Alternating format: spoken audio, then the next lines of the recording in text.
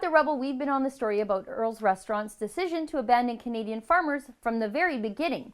The Canadian chain, founded right here in Alberta, decided to source its beef needs in Kansas from an American company called Creekstone Farms because the company says it wants to use something called certified humane beef. Certified humane beef doesn't mean anything in reality except a poorer farmer. It doesn't mean that animals will be treated any better than they already are by the best farmers on the planet, Canadian farmers. And it doesn't mean that animals are any safer to eat. Canadian meat is already the safest meat to eat in the world.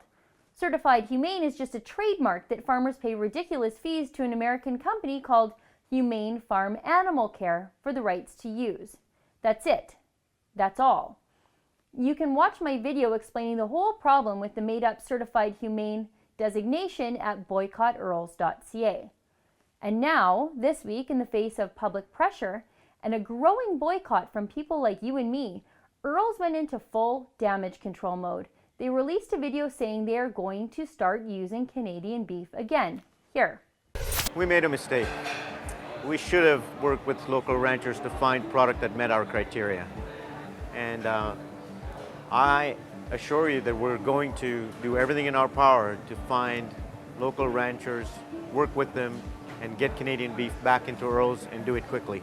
But that wasn't entirely true. Did you listen to the words there? Nothing he said told me that Canadian beef would be in Earls Restaurants tomorrow. So instead of believing the spin and acting like the unpaid PR wing of Earls Restaurants, like everyone else in the media did, I put in a phone call to Earls spokesperson Kate Simpson. She told me that Earls was still sourcing their beef in Kansas from Creekstone Farms until more Canadian farmers were willing to pay the ransom to the American certifier.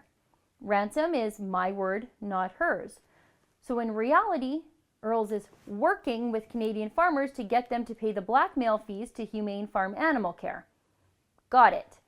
So in Earls' eyes, Canadian farmers are still not humane enough, and the beef is still coming from Kansas until they are.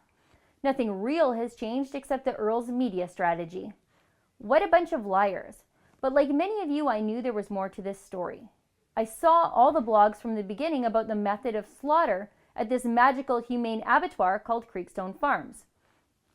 I knew that there were blogs out there saying that Creekstone beef was all killed using halal methods, even if the beef isn't sold that way.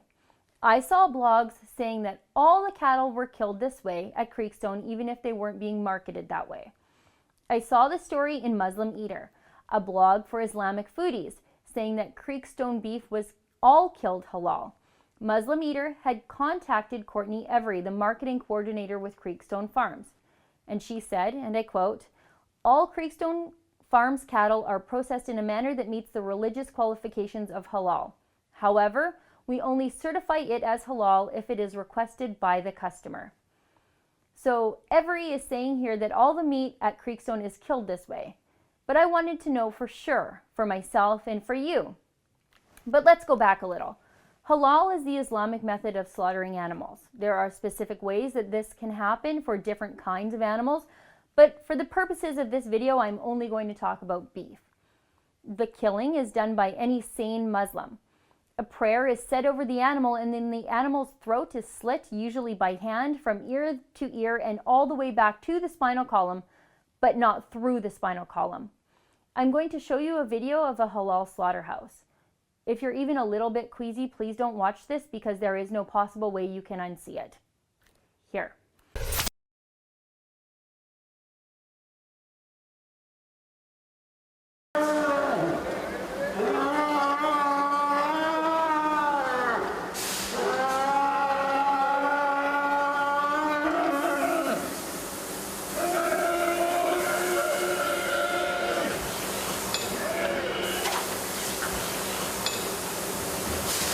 Look, I know that killing animals for food isn't pretty. I grew up on a farm. I was raised eating animals that I knew personally, animals that I hand-fed and cared for. I appreciate that an animal has to die for every steak or burger or chicken wing I eat. But I also want those animals not to suffer in terror in their last moments. That's important to me, really important to me. And I'll admit my bias here like I always do. I grew up on a sheep farm. I've seen a halal slaughter firsthand. It's something I want to live my whole life without ever seeing again. It was gruesome. So I started investigating for myself. Was this certified humane facility, Creekstone Farms, really completely halal? Because halal sure doesn't seem humane to me. And having seen a halal kill myself, I can say this with utmost confidence. I wanted to know, is Creekstone entirely halal even if they aren't saying so? I did something other media in Canada seem unwilling to do. I chased the facts. I put in some phone calls, several phone calls actually, to both Creekstone Farms and to a company called HTO, or Halal Transactions of Omaha. HTO is the company that certifies the halal meat that comes out of Creekstone. And Earls has quit taking my calls since the whole "we're still buying from Kansas, wink wink, don't tell our customers" thing from the other day. My calls to these companies went unanswered, so I followed up with emails. I sent 2 very similar emails to both Creekstone and to HTO. These are the questions I wanted answers to. Anyone should be able to answer my questions. They aren't all that technical. How are the animals dying? Are they being prayed over by a Muslim? Do you have 2 different killing floors, one for animals people like me want to eat, people who'd never want to unwittingly eat halal, and another kill floor for specifically halal? Creekstone, with their extreme emphasis on humanity and transparency, should be proud to tell me how the animals meet their end. Well, they aren't. Creekstone passed me along to someone else who is now ignoring me, and HTO ignored me altogether. But HTO has warnings on their website to avoid Islamophobic attacks and halalophobes. I guess they mean people like me here, and special interest groups who may force companies to abandon their halal practices. But the internet is a fascinating place, and I kept looking. I found a document from Halal Transactions of Omaha. It's a document that keeps track of how many cattle were killed in the Creekstone facility in a halal manner by a Muslim, saying prayers over the animal before slitting its throat back to its spinal column. It shows that approximately 1,000 cattle were killed each day in the Islamic manner. Some days more, some days less. Well, now this should be easy. I can answer my own question about separate killing lines for halal and non-halal processing. All I have to do is find out how many cattle are slaughtered in total at Creekstone every day and just do the math myself. I found a New York Times article that says that Creekstone processes 1,000 head of cattle per day in total.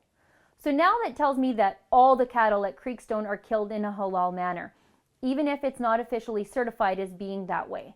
Every single one. Which brings me back to Earls. Earls said it would not be buying halal products from Creekstone. They even tweeted that they weren't.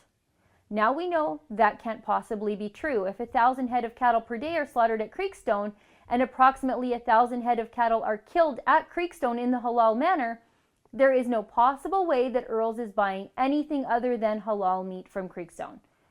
So this is another lie. Earls is lying again. They lied when they said they were going back to using Canadian beef, because they aren't. They are lying about not sourcing halal meat. They went all the way to Kansas to buy from a processing facility that kills every animal halal. Earls wants us to believe they care about humane treatment of animals. I do too. Earls says it cares about people knowing exactly what's in the food they eat. I do too. That's why they should be telling us the truth, the whole truth. And the companies Earls works with should be telling us the truth too. Instead, everyone now is dodging and hiding. Earls told us this whole sham was about transparency in the food chain. It's obviously not. So what is it about? Is Earls winking at Muslim customers who want halal with one eye and at urban hipster concern troll foodies with the other eye? In my opinion, you can't do both, not with this issue. I am not an Islamophobe, but I am a halalophobe. Watching a halal slaughter made me that way. I personally care more about an animal's terror in its last moments than I do about hormones in the meat.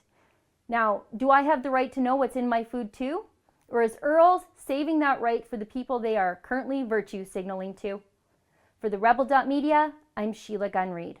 Thanks for watching. Click here to never miss a Rebel update. Want even more of The Rebel? Well, click here to become a premium member.